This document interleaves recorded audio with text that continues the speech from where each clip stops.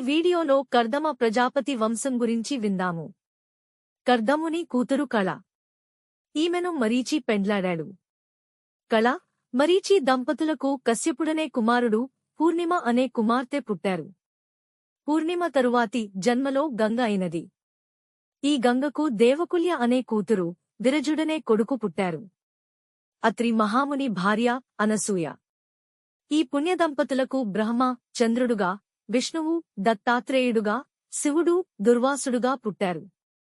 అంగిరసుని భార్య శ్రద్ధ, వీరికి సినీవాలి, కుహువు, రాక, సుమతి అనే నలుగురు కుమార్తెలు, ఉచధ్యుడు, బృహస్పతి అనే ఇద్దరు కొడుకులు పుట్టారు. పులస్త్యమహర్షి భార్య హవిర్భుక్కు. వీరి మొదటి కొడుకు అగస్త్యమహర్షి, రెండవ కొడుకు విశ్రవసుడు.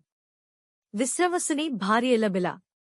వీరికి పుట్టిన కుమారుని పేరు ఐలబెలుడు. ఇతడే తర్వాత కుబేరుడుగా పిలువబడ్డాడు. విశ్రవసుని రెండవ భార్య కైకసి. వీరికి రావణుడు, కుంభకర్ణుడు, విభీషణుడు అనే ముగ్గురు కొడుకులు పుట్టారు.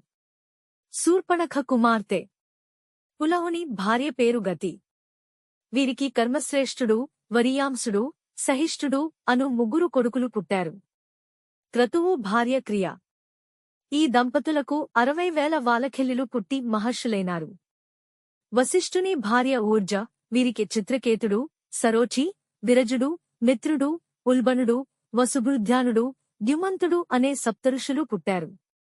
వశిష్ఠుని రెండవ భార్యకు శక్తి మొదలగు పుత్రులు పుట్టారు.